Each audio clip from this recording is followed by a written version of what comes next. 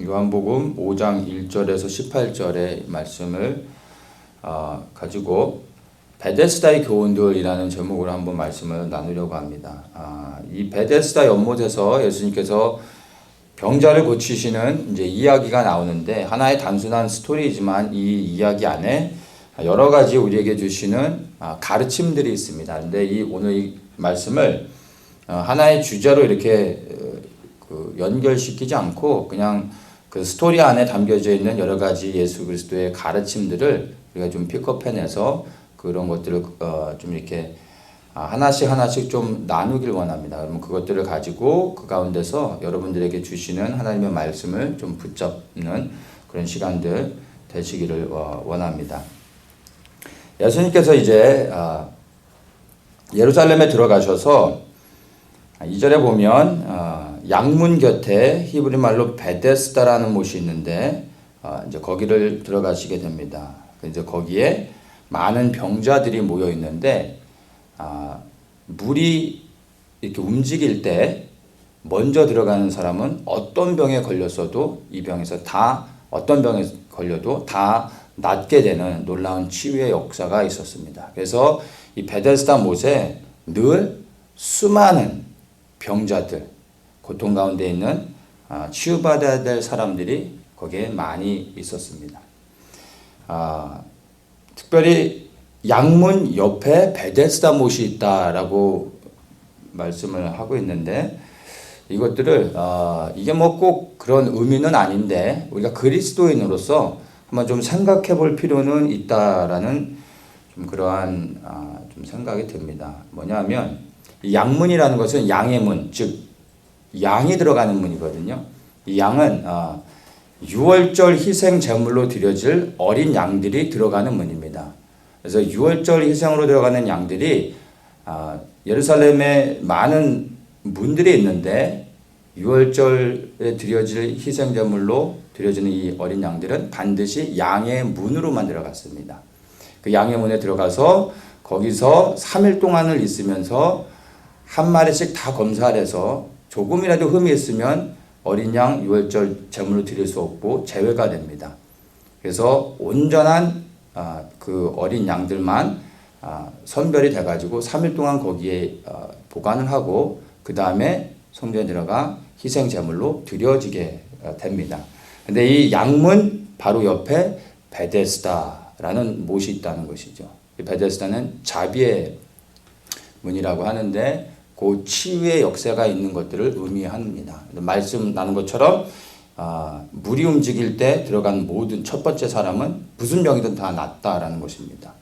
근데 양의 문의 옆에 베데스다 못이 있었다는 것을 볼 때 예수 그리스도께서 우리의 어린 양으로서 우리의 모든 죄를 대신 지고 십자가에서 희생하셨습니다. 우리의 어린 양이 돼서 그분이 우리의 모든 죄값을 치르셨습니다. 그것을 통해 우리가 온전한 치유와 회복과 자유 그리고 구원을 얻게 됐던 것을 우리가 알 수 있습니다. 그래서 이 양의 문과 베데스다 못이 바로 옆에 있었다라는 것을 통해서 우리는 한 번 더 이 말이 그런 의미를 담고 있는 것은 아니겠지만 우리 그리스도인들로서 이 양의 문 옆에 베데스다가 있다는 것을 통해 예수 그리스도께서 진정으로 우리를 위해 희생되셔서 온전한 치유와 회복과 구원을 주셨다는 것을 다시 한번 생각하면서 우리가 감사할 수 있는 또 다시 한번 예수 그리스도를 더욱더 생각할 수 있는 그런 기회가 되면 좋을 것 같습니다. 이제 5절에 보면 수많은 병든 사람들이 베데스다 못에 몰려 있었는데 그 중에 38년 된 병자가 있었다라고 이제 특별히 이 사람을 혈기 마른 사람 언급을 합니다. 38년 동안 병의 고통을 받았다라는 것은 이미 병이 그 병을 갖고 있는지 너무 오래됐다라는 얘기죠. 이렇게 오래된 사람은 사실은 치유되기는 거의 불가능하다고 보아야 되는 것입니다. 그래서 이 사람이 얼마나 오랫동안 이 병으로 인하여 고통당하고 있었는지 그리고 이 사람의 병이 사실은 치유되기 어렵다라는 것을 암시적으로 이렇게 보여주는 것이 바로 38년이나 됐다라는 그것으로 언급을 하고 우리에게 보여주고 있는 것입니다. 그런데 예수님께서 이 38년 된 병자에게 다가가셔서 6절에 말씀하십니다. 내가 낫고자 하느냐 이렇게 물으십니다. 이때 이 병자의 대답이 주여 물이 동할 때 나를 못에 넣어줄 사람이 없어 내가 가는 동안에 다른 사람이 먼저 내려가나이다. 예수님께서 내가 낫고자 원하느냐라고 물었는데 이 사람은 나를 물에 넣어줄 사람이 없습니다 라고 말하고 있습니다. 즉 이 사람의 대답을 통해 이 사람이 무엇을 믿고 있는 겁니까? 누군가가 나를 이 베데스다 못에 넣어주면 나는 치유되는 것입니다 라고 말하는 거죠. 근데 이 사람에게 있어서 이 사람을 치유해주고 구원해줄 수 있는 사람은 못에 넣어주는 사람이 되는 것이죠. 이 사람은 바로 자기를 못에 넣어줄 사람을 찾고 있는 겁니다. 예수님을 앞에다 두고 못에 넣어줄 사람을 찾고 있는 모습입니다. 여러분 이것을 보실 때 어떻게 생각이 드십니까? 예수님이 구원자시죠. 치유하시는 분이십니다. 그분이 하나님이십니다. 근데 그 앞에 정말 우리가 만나고 싶어도 만나기 어려운 예수님께서 치유하시는 하나님이신 예수 그리스도께서 그 앞에 오셨는데 예수님 앞에서 자기를 못에 넣어줄 사람을 찾고 있어요. 예수님에게 예수님 내가 낫길 원합니다. 나를 치유해 주십시오 라고 하면 베데스다 못에 들어가지 않아도 온전한 치유가 이루어질 수 있는데 예수님을 앞에다 두고 못에 넣어줄 사람을 찾고 있다는 것입니다. 예수님이 이 사람을 볼 때 얼마나 안타깝게 생각하셨을까요? 근데 이 사람의 모습이 사실은 오늘날 예수를 믿는다고 하는 우리들의 모습일 수도 있다는 것을 우리가 생각해 봐야 됩니다. 우리가 예수님을 믿으면서도 불구하고 우리가 예수님 앞에 나아가 무엇을 구합니까? 예수님의 이름으로 예수님을 구하는 것이 아니라 사실은 믿는 우리 모든 그리스도인들이, 많은 그리스도인들이 예수가 아닌 사실 다른 것들을 구합니다. 예수님을 앞에다 두고 생명이 앞에 있는데, 우리에게 생명을 주시는 예수님이 앞에 있는데 그 생명을 주시는 예수님께 생명을 구하지 않고 다른 것들을 구하는 모습들이 우리 안에 없는가 한번 돌아봐야 됩니다. 예수를 구하지 않고 우리가 수많은 다른 것들을 구합니다. 근데 그 수많은 다른 것들이 우리가 구하는 모든 것들 다 응답받았다 할지라도요, 우리가 예수를 구하지 않아 예수의 생명이 우리 안에 없다면, 여러분 우리가 이 땅에서 원하는 모든 것을 가졌다 할지라도 우리의 마지막은요 결국엔 사망을 당하고 그리고 우리는 영원한 심판 가운데서 불의 형벌로 떨어질 수밖에 없게 되는 것입니다. 예수님을 앞에다 두고 예수가 아닌 다른 것들을 구하는 것은 어리석은 것입니다. 이 혈기 마른 38년 된 병자와 같이 예수님을 앞에다 두고 못에 넣어줄 사람을 찾지 마시고 예수 그리스도를 앞에 두고 예수가 아닌 다른 것을 구하는 사람들이 아니라 오직 주님 앞에 무릎 꿇고 나아가 더욱더 예수 그리스도를 구하시는 분들 되기 원합니다. 다른 모든 것들을 얻어도 예수를 얻지 못하면 모든 것을 잃어버리는 것입니다. 모든 것을 다 얻지 못한다 할지라도 오직 예수 그리스도를 얻는다면 결국은 우리는 모든 것을 얻는 자가 되는 것입니다. 이 땅에서의 삶이 우리에게 약간의 불편함은 있을 수 있지만 우리가 예수 그리스도를 구하고 예수 그리스도를 얻고 예수 그리스도의 생명을 가지고 이 땅에서 살아간다면 여러분 끝내는 우리는 모든 것을 얻었다라는 것을 알게 될 것입니다. 그리고 끝내는 우리가 승리하게 되는 것을 여러분 보게 되실 것입니다. 그래서 우리가 더욱더 예수 그리스도를 믿는 자들이라면 여러분 우리의 구하는 모든 것 가운데 그 가장 중요한 첫 번째 것이요 다른 것이 아니라 바로 예수 그리스도여야 된다는 것을 여러분 기억하십시오.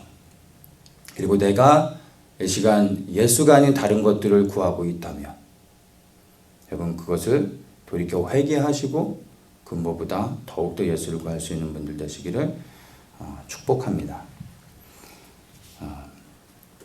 이제 예수님께서 이 병자에게 이렇게 말씀하십니다.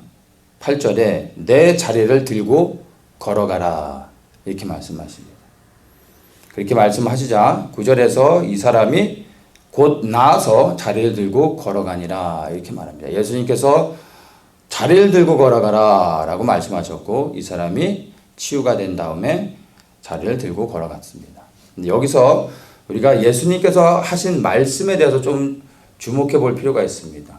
그냥 너는 치유됐다. 이제는 완전한 치유를 얻었으니까 이제는 집으로 돌아가라. 뭐 이렇게 말씀하실 수도 있는데 예수님께서 자리를 들고 걸어가라 라고 말씀하셨다는 것입니다. 그냥 내가 너를 치유해 줬다 라고 말씀하셔도 되는데 굳이 자리를 들고 걸어가라 라고 말씀하셨다는 것을 우리가 좀 주목해 봐야 됩니다. 그리고 이 사람도 동일하게 자리를 들고 걸어갔다는 것입니다. 그걸 통해 온전한 치유를 받았다는 것입니다. 만약에 예수님께서 자리를 들고 걸어가라고 말씀하셨는데 이 사람이 자리를 들지 않았다면, 즉 이 사람이 스스로는 움직일 수 없는 사람이기 때문에 늘 그 침상에 누워 있어야 됐습니다. 근데 예수님께서는 자리를 들고 가라고 하셨는데 이 사람이 자리를 들고 가지 않고 치유됐다고 그냥 갔다면 어떻게 됐을까요? 분명히 이 사람은 치유되어졌지만 잠시는 치유됐지만 결국에는 또다시 질병에 묶이게 됐을 것입니다. 말씀대로 순종하는 요한복음 5장 1절에서 18절의 말씀을 가지고 베데스다의 교훈들이라는 제목으로 한번 말씀을 나누려고 합니다. 이 베데스다 연못에서 예수님께서 병자를 고치시는 이제 이야기가 나오는데 하나의 단순한 스토리이지만 이 이야기 안에 여러 가지 우리에게 주시는 가르침들이 있습니다. 근데 오늘 이 말씀을 하나의 주제로 이렇게 연결시키지 않고 그냥 그 스토리 안에 담겨져 있는 여러 가지 예수 그리스도의 가르침들을 우리가 좀 픽업해내서 그런 것들을 좀 이렇게 하나씩 좀 나누길 원합니다. 그러면 그것들을 가지고 그 가운데서 여러분들에게 주시는 하나님의 말씀을 좀 붙잡는 그런 시간들 되시기를 원합니다. 예수님께서 이제 예루살렘에 들어가셔서 2절에 보면 양문 곁에 히브리 말로 베데스다라는 못이 있는데 이제 거기를 들어가시게 됩니다. 이제 거기에 많은 병자들이 모여 있는데 물이 이렇게 움직일 때 먼저 들어가는 사람은 어떤 병에 걸렸어도 이 병에서 다 어떤 병에 걸려도 다 낫게 되는 놀라운 치유의 역사가 있었습니다. 그래서 이 베데스다 못에 늘 수많은 병자들, 고통 가운데 있는 치유받아야 될 사람들이 거기에 많이 있었습니다. 특별히 양문 옆에 베데스다 못이 있다라고 말씀을 하고 있는데 이것들을 이게 뭐 꼭 그런 의미는 아닌데 우리가 그리스도인으로서 한번 좀 생각해 볼 필요는 있다라는 좀 그러한 좀 생각이 듭니다. 뭐냐면 이 양문이라는 것은 양의 문, 즉 양이 들어가는 문이거든요. 이 양은 유월절 희생 제물로 드려질 어린 양들이 들어가는 문입니다. 그래서 유월절 희생으로 들어가는 양들이 예루살렘에 많은 문들이 있는데 유월절에 드려질 희생 제물로 드려지는 이 어린 양들은 반드시 양의 문으로만 들어갔습니다. 그 양의 문에 들어가서 거기서 3일 동안을 있으면서 한 마리씩 다 검사를 해서 조금이라도 흠이 있으면 어린 양 유월절 제물로 드릴 수 없고 제외가 됩니다.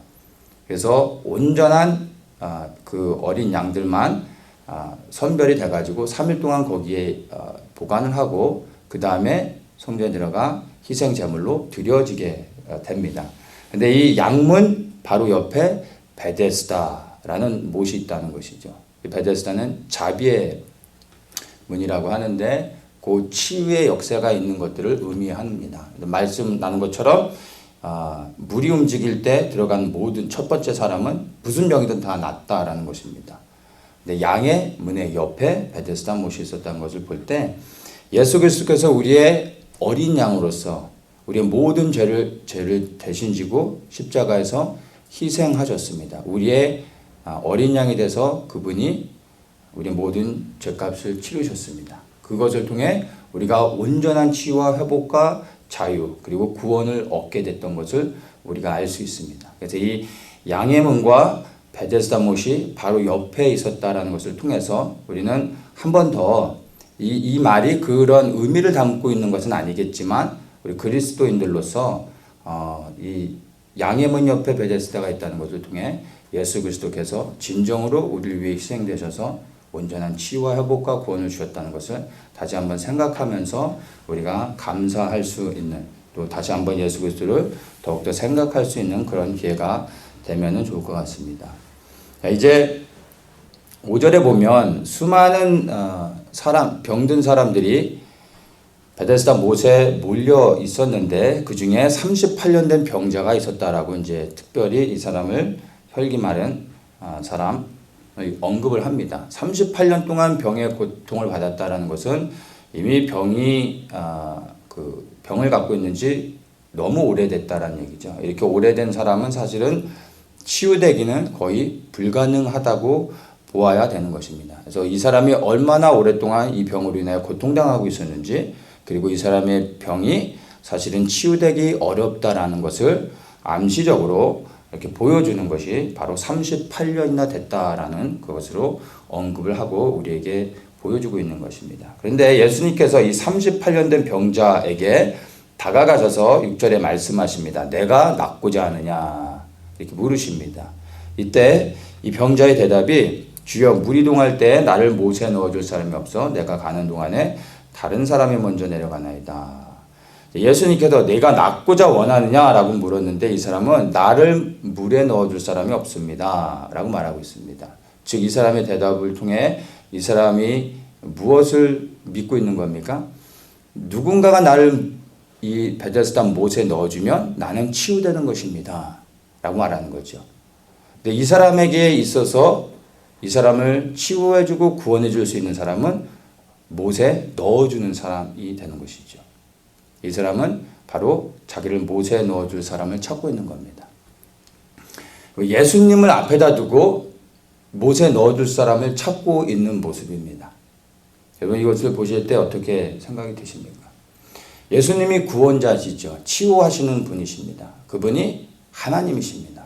근데 그 앞에 정말 우리가 만나고 싶어도 만나기 어려운 예수님께서 치유하시는 하나님이신 예수 그리스도께서 그 앞에 오셨는데 예수님 앞에서 자기를 못에 넣어줄 사람을 찾고 있어요. 예수님에게 예수님 내가 낫길 원합니다. 나를 치유해 주십시오 라고 하면 베데스다 못에 들어가지 않아도 온전한 치유가 이루어질 수 있는데 예수님을 앞에다 두고 못에 넣어줄 사람을 찾고 있다는 것입니다. 예수님이 이 사람을 볼 때 얼마나 안타깝게 생각하셨을까요? 근데 이 사람의 모습이 사실은 오늘날 예수를 믿는다고 하는 우리들의 모습일 수도 있다는 것을 우리가 생각해 봐야 됩니다. 우리가 예수님을 믿으면서도 불구하고 우리가 예수님 앞에 나아가 무엇을 구합니까? 예수님의 이름으로 예수님을 구하는 것이 아니라 사실은 믿는 우리 모든 그리스도인들이, 많은 그리스도인들이 예수가 아닌 사실 다른 것들을 구합니다. 예수님을 앞에다 두고 생명이 앞에 있는데, 우리에게 생명을 주시는 예수님이 앞에 있는데 그 생명을 주시는 예수님께 생명을 구하지 않고 다른 것들을 구하는 모습들이 우리 안에 없는가 한번 돌아봐야 됩니다. 예수를 구하지 않고 우리가 수많은 다른 것들을 구합니다. 근데 그 수많은 다른 것들이 우리가 구하는 모든 것들 다 응답받았다 할지라도요, 우리가 예수를 구하지 않아 예수의 생명이 우리 안에 없다면, 여러분 우리가 이 땅에서 원하는 모든 것을 가졌다 할지라도 우리의 마지막은요 결국엔 사망을 당하고 그리고 우리는 영원한 심판 가운데서 불의 형벌로 떨어질 수밖에 없게 되는 것입니다. 예수님을 앞에다 두고 예수가 아닌 다른 것들을 구하는 것은 어리석은 것입니다. 이 혈기 마른 38년 된 병자와 같이 예수님을 앞에다 두고 못에 넣어줄 사람을 찾지 마시고 예수 그리스도를 앞에 두고 예수가 아닌 다른 것을 구하는 사람들이 아니라 오직 주님 앞에 무릎 꿇고 나아가 더욱더 예수 그리스도를 구하시는 분들 되기 원합니다. 다른 모든 것들을 얻어도 예수를 얻지 못하면 모든 것을 잃어버리는 것입니다. 모든 것을 다 얻지 못한다 할지라도 오직 예수 그리스도를 얻는다면 결국은 우리는 모든 것을 얻는 자가 되는 것입니다. 이 땅에서의 삶이 우리에게 약간의 불편함은 있을 수 있지만 우리가 예수 그리스도를 구하고 예수 그리스도를 얻고 예수 그리스도의 생명을 가지고 이 땅에서 살아간다면 여러분 끝내는 우리는 모든 것을 얻었다라는 것을 알게 될 것입니다.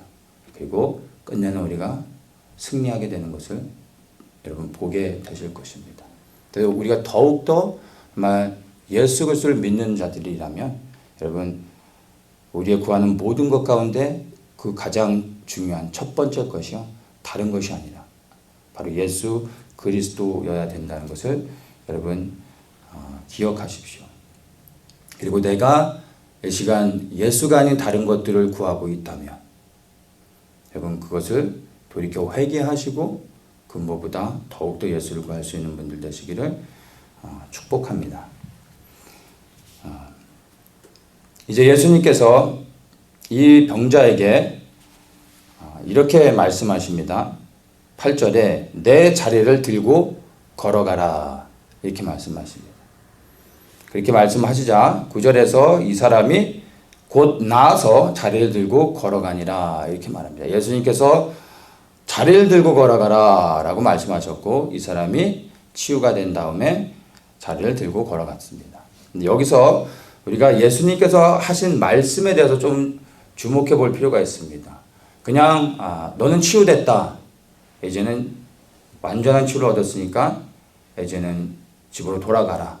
뭐 이렇게 말씀하실 수도 있는데 예수님께서 자리를 들고 걸어가라 라고 말씀하셨다는 것입니다.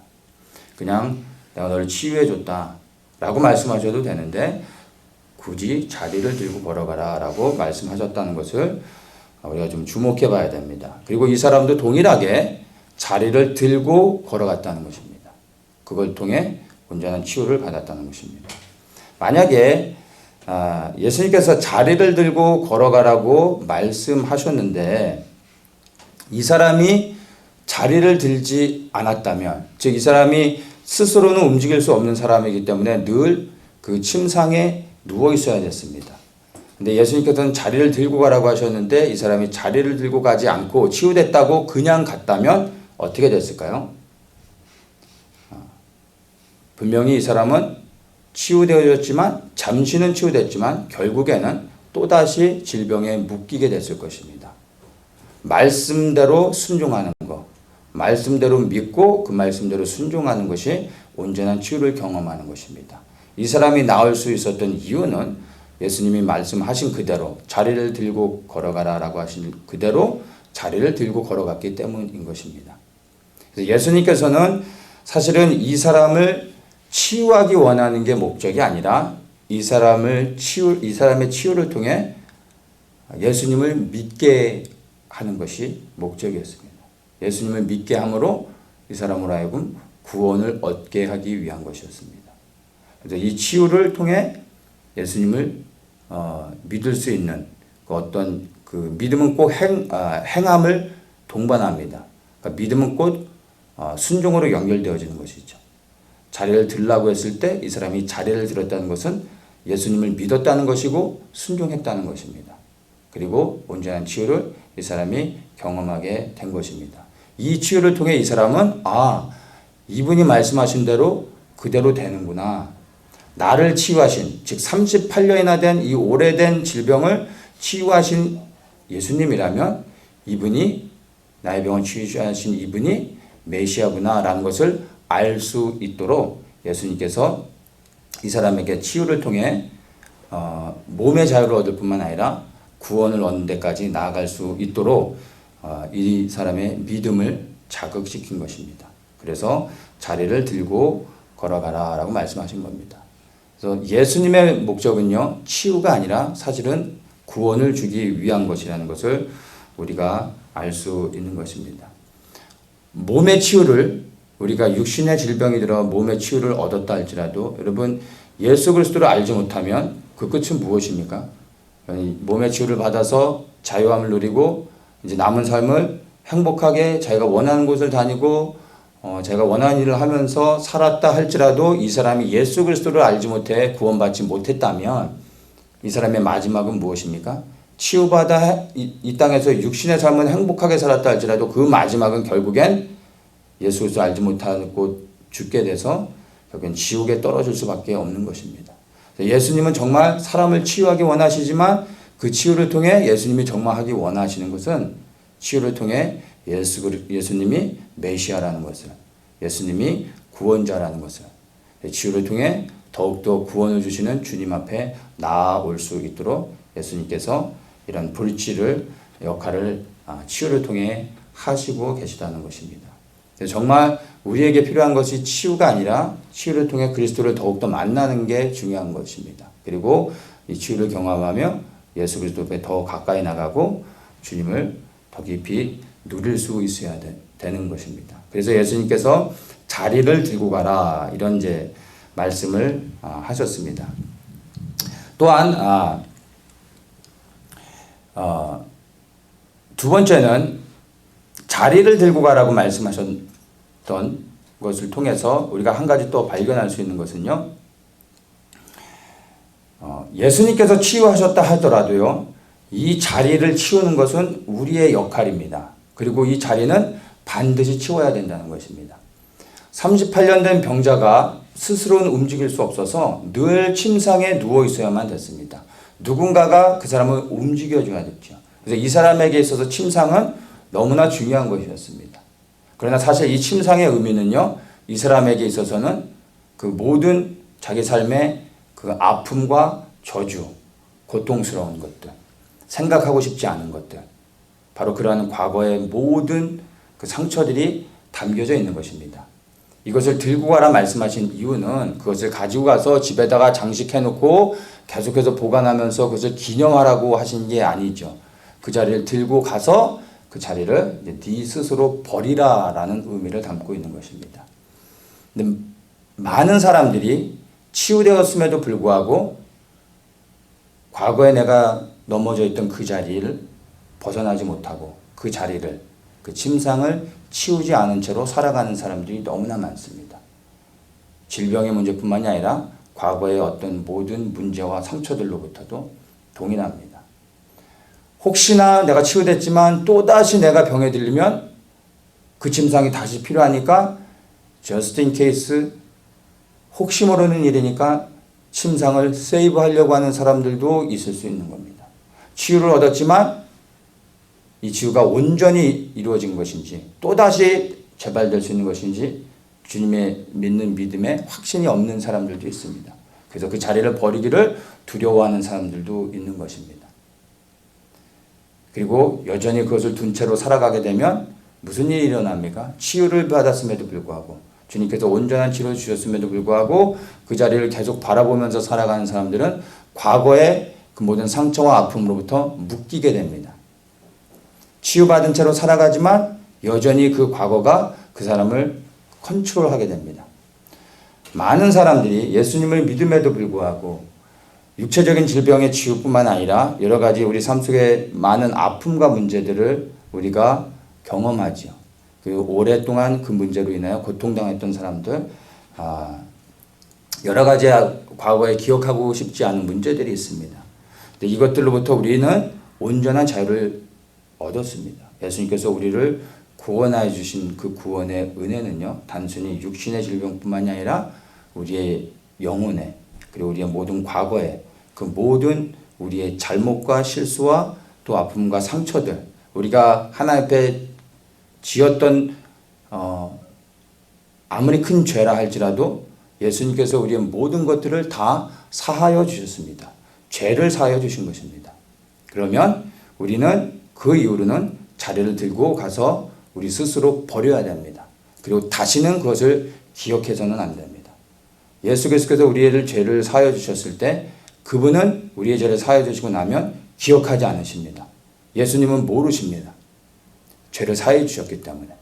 우리가 죄를 질 때 또다시 과거의 죄를 꺼내 들면서 그걸 가지고 우리에게 협박하시는 분이 아니십니다. 죄를 사하여 주실 때 그분은 다 잊어버리십니다. 문제는 우리가 잃어버리지 않는다는 거예요. 우리가 기억하고 있다는 거예요. 그분은 우리에게 자유를 주셨음에도 불구하고 끊임없이 그 과거에 묶여서 살아가는 사람들, 그런 사람들이 믿는 사람들 간에 가운데 사실은 너무나 많습니다. 과거의 아픔들, 과거에 지은 큰 죄들, 그리고 어떤 상처들, 이것들로부터 자유하지 못한 채로 살아가는 수많은 사람들. 예수님께서 원치 않으시는 겁니다. 이거는요, 죄를 사해 주시는 것은 예수님의 역할이지만 이제 그 자리를 들고 가 버리는 것은 우리의 역할입니다. 예수님이 해주실 수가 없습니다. 이것 또한 우리의 믿음이 동원되어야 되는 것입니다. 여러분, 예수님이 우리의 죄를 사해 주셨습니다. 우리를 온전케 해주셨습니다. 여러분, 그것을 믿으신다면, 그것에 감사하신다면, 여러분 이제 우리의 모든 과거의 자리를 스스로 들고 일어나 그것을 버릴 수 있어야 됩니다. 그리고 그 과거로부터 완전한 자유를 얻고 이제 우리의 삶 속에서 새롭게 역사하시며 우리를 인도하시는 주님의 은혜 가운데 살아가실 수 있는 분들 되시길 예수님의 이름으로 축복합니다. 이렇게 하고 예수님께서 이 사람을 완전히 치유하고 이 사람은 이제 자기 길을 갑니다. 완전한 치유를 얻었습니다. 그리고 이제 다시 예수님께서 어느 날 성전에서 이 치유받은 사람을 다시 만납니다. 14절에 보면 성전에서 그 사람을 다시 만났습니다. 그리고 이 다시 만나 이 사람에게 이제 예수님께서 한 말씀을 하십니다. 보라, 내가 나았으니 더 심한 것이 생기지 않게 다시는 죄를 범치 말라. 이렇게 말씀하십니다. 다시는 죄를 범치 말라. 이 말씀의 의미가 뭐죠? 이 사람의 혈기 마른 병, 38년 동안 이 사람을 괴롭혔던 병은 무엇 때문입니까? 이 사람의 죄 때문이었다는 것을 예수님이 말씀해 주고 계신 것입니다. 38년 동안 이 병에 이 사람이 고통을 받았던 것은 이 사람이 죄를 회개하지 않았기 때문인 것입니다.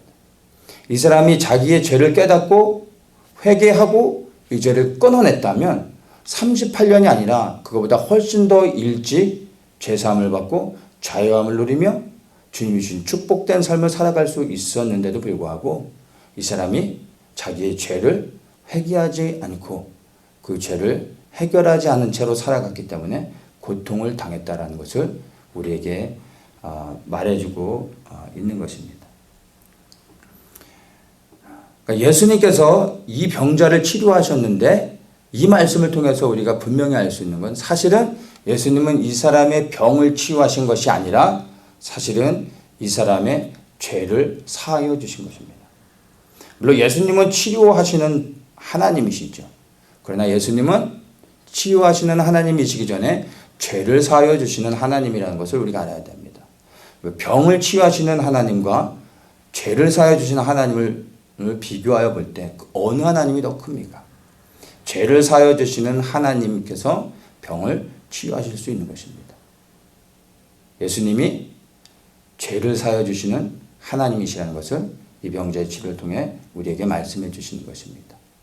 많은 사람들이 여러 가지 질병 가운데 고통을 당하고 있는데 모든 케이스는 아니지만 많은 사람들이 많은 케이스가 사실은 죄의 문제를 해결하지 못해서 질병 가운데 묶여져 있는 것을 이 말씀을 통해서 우리가 좀 볼 수 있습니다. 그래서 죄의 문제를 해결하게 되면 병의 치유는 자동적으로 오게 된다는 것을 우리가 알 수 있는 것입니다. 우리가 어떤 몸에 병이 있을 때 그 병을 흔히 한방에서는 이렇게 얘기하죠. 웨스턴 스타일은 어떤 겉으로 나타나는 현상을 가지고 그 현상에 대한 처방을 하지만 한방은 그 근원, 병의 근원, 뿌리를 찾아서 그것을 처방하고 그것을 해결한다고 주로 이제 한의사분들이 그런 말씀을 많이 하시죠. 어쨌든 정말 병의 근본적인 문제의 해결은요, 겉에 나타난 상처를 치유하는 게 아니라 그 근본된 원인을 찾는 것이죠.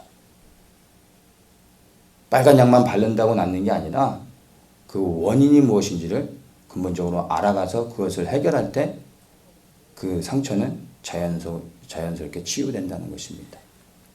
그래서 우리가 겪고 있는 이 땅에서 수많은 질병의 문제들, 그리고 우리의 삶에 일어나는 수많은 여러 가지 원치 않는 사건과 사고들, 문제들, 이 모든 것들은 영적으로 사실은 죄의 문제와 연결되어 있는 경우들이 많다는 것입니다.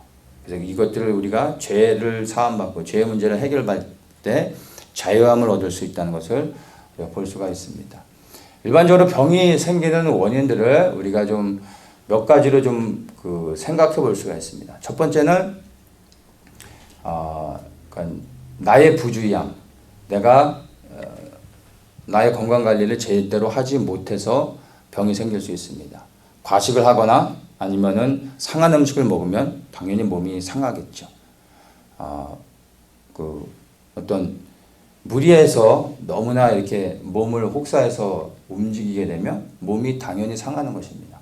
이것은 내 스스로가 영적인 것과 전혀 상관없이 내 육체의 한계를 알고 잘 컨트롤해야 되는 것입니다. 건강관리를 하지 않으면 그러면 몸이 상하는 겁니다. 기본적으로 우리 모두가 다 알고 있는 부분이죠. 두 번째는 병이 생기는 이유 중에 두 번째는 하나님의 영광 때문에 병이 생길 수가 있습니다. 나사로가 그런 케이스죠. 나사로가 병이 들어 죽게 되어졌는데 그때 예수님께서 하신 말씀이 그 병은 바로 하나님의 영광을 나타내게 하려고 하는 것이라고 예수님께서 말씀하십니다. 그래서 죽은 나사로를 살림으로 예수님께서 사망과 권세를 깨트리시고 그리고 이 새로운 생명을 주실 수 있는 하나님이심을 나타내시며 하나님의 영광을 드러내셨습니다. 그래서 때로는 질병에 걸리지만 오히려 그 질병이 하나님을 드러내기 위해 하나님의 영광을 위해 우리에게 어떤 질병들을 허락하실 수 있다는 것입니다. 또 한 가지는 바로 오늘 우리가 본 38년 된 병자와 같이 죄의 문제로 인해서 이러한 질병들이 생길 수 있다는 것입니다. 어떤 단순하게 내가 관리를 하지 못해서 이런 생겨난 병인데 이것을 영적인 걸로 해석하고 기도하고 금식하고 또 뭐 어떤 대적기도 하고 뭐 방패기도 하고 뭐 이런 영적인 걸로 해서 병이 치유가 될 수 있는 게 아니죠. 그냥 건강 관리를 제대로 하고 좋은 음식을 먹고 쉬면 되는 겁니다. 근데 반대로 또 어떤 영적인 문제로 인해서 죄의 문제들이 연결돼서 질병에 걸렸는데 이것들을 바로 보지 못하고 오히려 그냥 좋은 바이타민 먹고 좋은 의사 선생님을 찾아다닌다고 해도 사실은 치유되지 않는 것이죠. 그래서 우리 안에 들어오는 질병들을 먼저 우리가 정확하게 진단할 수 있어야 됩니다. 이것이 영적인 분별력입니다. 그래서 이런 원인들이 어떻게 생긴 것인지 무엇으로부터 온 것인지 기도하며 분별하는 것이 첫 번째 가장 중요한 진단이 됩니다. 바른 진단을 통해 올바른 처방을 할 수가 있습니다. 그래서 그 어느 것보다 사실은 영적인 분별력을 갖는 것이 너무나 중요합니다. 이것이 질병의 문제뿐만이 아니라 사실은 더 나아가 우리 일상에 살아가면서 겪는 우리 삶의 모든 영역 가운데 동일하게 이 원리가 적용되어집니다. 질병뿐만이 아니라 우리가 일상에서 겪는 많은 일들 그리고 문제들, 관계 안에서 일어나는 모든 것들도 동일한 원리 안에서 나타나게 됩니다. 근데 이것들을 겪을 때 첫 번째로 우리가 기도하며 잘 분별해야 됩니다. 그리고 거기에 맞게 기도하면서 그 문제들을 지혜롭게 처리해 나갈 수 있어야 됩니다. 육의 문제는 육적인 것으로, 영의 문제는 영의 문제로. 또 우리 삶 속에 하나님께서 하나님의 어떤 특별한 계획이 있으셔서 우리에게 질병을 주시거나 어떤 우리 안에 문제를 허락하셨을 때는 그때는 방법이 없습니다. 그냥 바짝 낮아져서 무릎 꿇고 겸손히 머리 숙이고 하나님께서 우리를 고개를 들게 하실 때까지 그냥 무릎 꿇고 하나님께 머물러 있을 수 있어야 됩니다. 때가 되면 하나님께서 우리로 하여금 하나님의 뜻을 이루시며 우리로 하여금 고개를 들게 하시는 것입니다. 그래서 모든 상황 가운데서 우리가 하나님의 뜻을 먼저 분별하고 그 분별된 것을 통해 그 문제들을 잘 지혜롭게 적용해 갈 수 있어야 됩니다. 이제 다시는 죄를 범치 말라고 하셨던 이 말씀을 통해서 한 가지 우리가 또 발견할 수 있는 두려운 말씀이 있습니다. 뭐냐면 예수님께서 우리로 하여금 동일한 죄를 짓는 것을 원치 않으신다는 것입니다. 이 말씀을 나누는 것이 조금 저도 편치는 않지만 그러나 이 말씀은요 예수님이 하신 말씀입니다. 병을 치유해 주시고 난 후에 다시는 죄를 범치 말라. 근데 이 말씀을요 여기서뿐만이 아니라 예수님께서 가늠하다 잡힌 여인을 앞에 두고 내가 너를 정죄하지 않는다 말씀하시면서 이 여인에게도요 다시는 죄를 범치 말라라고 예수님께서 말씀하셨습니다. 근데 이 말씀이 만약에 예수님이 아닌 다른 사람들이라면 우리가 조금 더 이것들을 다르게 좀 이렇게 조금 좀 우리에게 적용하기 편하게 해석을 해볼 수 있는 여지도 있을 수 있습니다. 그런데 이 말씀을요 예수님이 하셨다는 것입니다. 다시는 죄를 범치 말라. 우리는 죄를 범합니다. 예수 그리스도의 보혈의 피의 능력으로 우리의 죄를 사해 주셨습니다. 우리는 죄사함을 받은 자들입니다. 여러분, 죄사함을 받은 우리는 다시는 죄를 범하면 안 됩니다. 동일한 죄를 범해서는 안 된다는 것입니다.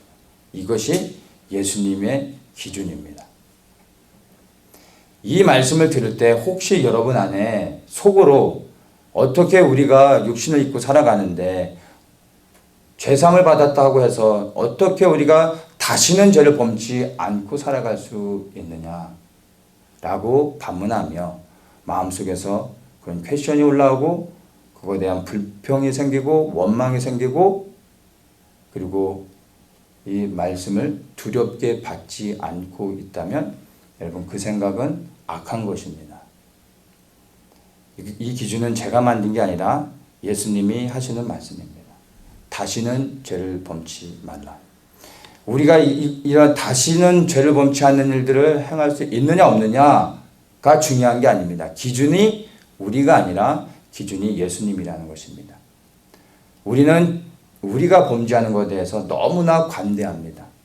물론 예수님께서요, 우리가 동일한 죄를 진다 할지라도 우리가 예수님께 회개하며 나아갈 때 그분은 다시 우리의 죄를 사해 주시죠. 진정으로 우리가 죄를 회개하며 나아가면 그분께서 또다시 우리를 용서해 주십니다. 품어주시고 죄를 사하여 주십니다. 그러나 그게 하나님의 사랑이라면 다시는 죄를 범치 말라고 하시는 것이 또한 하나님의 공의의 기준이라는 것 또한 여러분 아셔야 됩니다. 이 말씀을 두려움으로 받을 수 있어야 됩니다. 죄지면 또다시 회개하면 되지라고 생각하시면 여러분 이건 착각입니다. 예수님께서 우리의 죄를 사해 주시기 위해서 바늘로 손끝 찔러서 피 몇 방울 떨어뜨려 가지고 우리의 죄를 사해 주셨다면 그까짓 거 죄를 좀 지면 또다시 회개하면 되지라고 생각할 수도 있습니다. 그러나 예수님께서 우리의 죄를 사해 주시기 위해서 여러분 어떠한 대가를 치르셨는지를 여러분 기억하셔야 됩니다. 근데 그 대가로 십자가에서 그분이 어떠한 고난을 받으시고 죽으셨는지를 우리가 안다면 여러분 또다시 우리가 죄를 범한다는 것은요 예수 그리스도의 이름을 욕되게 하는 것입니다. 저는 예수님을 믿으면서도 반복되는 죄를 지었습니다. 그리고 이것에 대한 고민들을 가지고 괴로워하기도 했지만 여전히 반복되는 죄를 끊어낼 수 없었습니다. 그러나 그 가운데서도 제가 죄를 반복적으로 지을 때 하나님께 나아가 또 그 죄를 마음 가운데 회개했습니다. 그리고 내가 회개했으니까 반복되는 죄를 졌어도 다시 예수님이 용서해 주셨을 거야 라고 생각을 했습니다.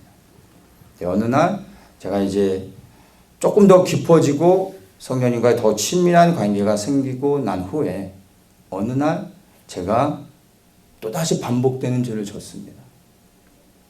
근데 기도하는 가운데 성령께서 제 안에 오셔서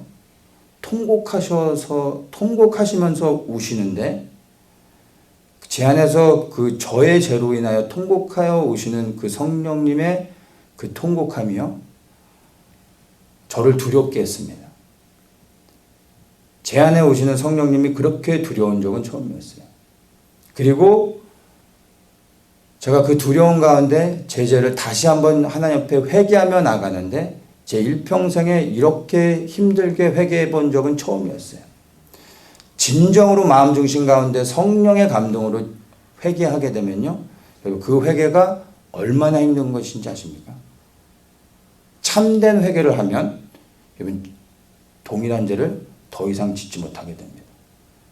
이 진정한 회개가 얼마나 고통스러운 것인지를 알면 죄의 유혹이 얼마나 강하다 할지라도요, 이 죄를, 유혹을 끊어내고 죄를 떠날 수 있습니다. 그동안 저의 삶을 돌아보면 하나님께 회개는 했지만 사실 마음 중심 가운데 심장이, 그리고 내 안에 창자들이 끊어지는 그러한 통곡하는 그러한 정말 절규하는 회개는 없었습니다. 그러한 마음 중심 가운데 일어나는 그 죽을 것과 같은 그러한 회개를 하고 난 이후에 동일한 죄를 짓는 것이 너무나 두려웠어요. 죄를 짓는 게 두려운 게 아니라 이 죄를 짓고 나서 또다시 이러한 회개를 해야 된다는, 이 고통스러운 회개를 해야 된다는 것이 저로 하여금 죄를 끊어내게 만들었습니다. 반복되는 죄를 짓지 않게 되어졌습니다. 정말로 우리가 회개한다면 반복되는 죄는 지을 수 없습니다. 우리가 안 하는 것이 아니라 우리 안에 계신 성령께서 용납하지 않으시고 우리는 이 죄를 꺼내낼 수 있는 능력을 갖게 됩니다. 다시는 죄를 범치 말라고 하신 예수님의 이 기준을 기억하시고 여러분 이 말씀을 두려워하셔야 됩니다. 주님, 나는 이 말씀대로 다시는 죄를 범치 않을 수 있는 그런 능력이 없습니다. 근데 주님은 내게 이렇게 말씀하시니 하나님 도와주십시오. 다시는 죄를 범치 않을 수 있도록, 동일한 죄를 짓지 않도록, 반복되는 회개하지 않도록 도와주십시오. 라고 무릎 꿇어 기도하고 이렇게 말씀하시는 예수님을 두려워하는 심령이 복된 심령이요 구원 얻는 자인 것을 여러분 기억하셔야 되는 것입니다. 이 기준은 제가 만든 게 아니라 예수님이 하신 말씀이라는 것을 여러분 기억하셔야 됩니다. 잠언 26장 11절에 이렇게 말합니다. 개가 그 토한 것을 도로 먹는 것 같이 미련한 자는 그 미련한 것을 거듭 행하느니라. 어렸을 때 저는 길거리에 주인도 없는 수많은 개들과 동네에서 같이 컸기 때문에 이 말씀을 너무 잘 알아요. 길거리에 다니는 흔히 똥개라고 우리가 어렸을 때 불렀던 그 개들은요, 정말 자기가 배가 터지도록 먹어요. 먹을 게 있으면. 그리고 토해냅니다. 그러면 잠시 딴 데 갔다가 와가지고 그 토한 거를요, 자기가 먹습니다. 근데 왜 이런 개들을 똥개라고 하시는지 아세요? 이 개들이 자기가 똥을 싸고요, 바로 돌아서서 그 똥을 핥아서 먹습니다. 그래서 흔히 우리가 동네에 돌아다니는 개들을 똥개라고 하는 거예요. 그거를 어려서부터 봤지만 볼 때마다 뭐 누구나가 동일한 그런 이미지를 연상할 것입니다. 근데 여러분 말씀이 뭐라고 하고 있습니까? 개가 토한 것을 도로 먹는 것처럼 미련한 자가 자기가 범죄하고 또다시 반복해서 그 죄를 짓는다고 하는 것입니다. 회개해놓고 또다시 그 자리에다가 토한 것을 먹고 있는 거예요.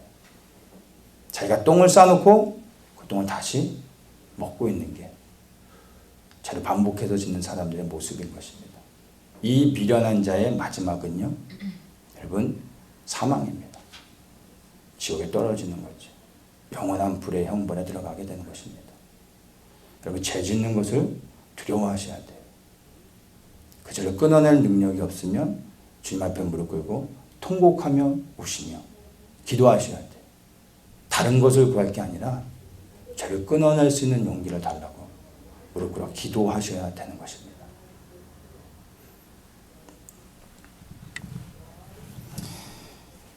예수님께서 이 병자를 온전히 치유하시고 난 후에 사람들이 예수님께서 이 병자를 안식일에 고친 것으로 인하여 문제를 삼습니다. 10절에 보면 안식일인데 내가 자리를 들고 가는 것이 옳지 않다, 이렇게 말하고, 그리고 또 18절에도 이 사람들이 예수님을 죽이려고 합니다. 왜냐하면 안식일을 범했기 때문에. 여러분, 안식일의 참된 의미가 뭔지 아십니까? 율법으로 굳어진 유대인들은 안식일의 의미를 노동을 하지 않는 것으로 아예 그냥 정형화시켜 버렸어요. 근데 안식일의 참된 의미는 예수 그리스도 안에서 참된 쉼을 얻는 것입니다.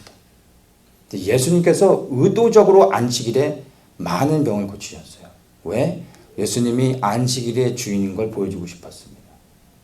진정한 안식일은요, 예수 그리스도께서, 안식일의 주인인 예수님께서 고통당하고 있는, 그리고 스스로 해결할 수 없는 수많은 질병과 그 문제 가운데 신음하고 있는 하나님의 백성들을 자유케 하고 회복시키시는 것을 통해 이들이 그리스도를 통하여 참된 쉼을, 참된 안식을 얻게 하는 것. 그것이 안식일의 주인이신 예수님께서 진정으로 하고 싶었던 것이고 보여주고 원하셨던 것입니다. 그것을 통해 예수 그리스도께서 또한 안식일의 주인이신 것을 모든 사람들이 보고 알 수 있게 하셨던 것이죠. 그런데 사람들은 안식일에 허리를 굽히는 것을 노동으로 여기고, 무엇을 잡고 드는 것을 노동으로 여기며, 이것은 안식일을 범하는 것이고 하나님을 모욕하는 것이라고 하며 예수님을 죽이려고 했던 것입니다. 이게 말씀을 붙잡고 살았던 유대인들의 실제의 모습이었습니다. 하나님을 잘 섬기려고 만들어놨던 율법이 오히려 하나님을 대적하는 것이 되어진 것을 우리가 볼 수 있습니다. 이 말씀을 우리가 좀 두려운 마음으로 받을 수 있어야 됩니다. 우리 안에 우리도 모르는 사이에 이 유대인들처럼 뭔가 율법처럼 굳어진 것은 없는지 보셔야 됩니다. 하나님의 말씀이 정형화되어지는 순간, 즉 교리가 되어지고 신조가 되어지고 그리고 어떤 원리가 되어지는 순간, 그래서 어떤 기준들이 딱 잡혀지는 순간 이 말씀은 살아서 역사하는 말씀이 아니라 이제 그 틀 안에 갇혀버리게 됩니다. 그리고 살아 역사하시는 그 성령의 그 인도하심들, 다이나믹한 그 역사하심들을 대적하게 되는 것입니다. 그래서 많은 사람들이 말씀, 오직 말씀이면 된다고 하고 이 말씀 하는데, 저는 이렇게 말씀하시는 분들을 보면 제일 걱정됩니다. 오직 말씀이라고 하는 것은 사실 틀린 것은 아닙니다. 그런데 이 오직 말씀이라고 할 때 여러분, 이 하나님의 말씀을 깨달아 알 수 있는 지혜가 우리에게 있습니까? 우리 스스로가 말씀을 해석하고 이 말씀을 깨달아 알 수 있습니까? 말씀을 기록하신 분이 성령 하나님이십니다. 이 말씀을 온전히 해석해 줄 수 있는 분이 성령 하나님이십니다. 그다음 사실 우리가 오직 말씀만을 붙잡고 살아간다면 말씀을 기록하시고 말씀을 해석해 주실 수 있는 성령님을 더욱더 의지하는 것이 오직 말씀을 붙잡고 살아가는 사람들의 바른 모습입니다. 근데 유대인들에게는 말씀은 있었지만 성령의 인도하심은 없었던 것이죠. 그래서 하나님의 말씀이 율법으로 굳어지는 순간, 정형화되는 순간 더 이상 살아 역사하는 말씀이 아니라 죽어진 말씀이 되어지고, 그 말씀이 우리를 살리는 것이 아니라 우리를 올가매게 되고, 살아 역사하셔서 우리에게 말씀하시고 우리의 삶을 인도하시는 살아있는 말씀이신 예수님을 대적하게 되는 것입니다. 우리 안에 이런 모습이 없는지를 잘 돌아보셔야 됩니다. 여러분, 기록되어진 말씀을 붙잡기보다 이 말씀을 해석해 주시고 하나님의 깊은 것까지도 통달하시고 우리에게 그 아버지의 마음을 깨닫게 하시고 이 말씀을 깨달은 말씀을 따라 순종하며 살아갈 수 있는 능력까지 부어주시는 성령님의 은혜를 더욱더 구하는 것이 바람직한 우리 그리스도인들의 모습인 것입니다. 말씀을 정말 사모하신다면 여러분 더욱더 성령의 충만함을 구하시고 성령 하나님을 통하여 하나님의 말씀에 순종하는 삶을 살아가시는 여러분들 되시기를 예수님의 이름으로 축복합니다.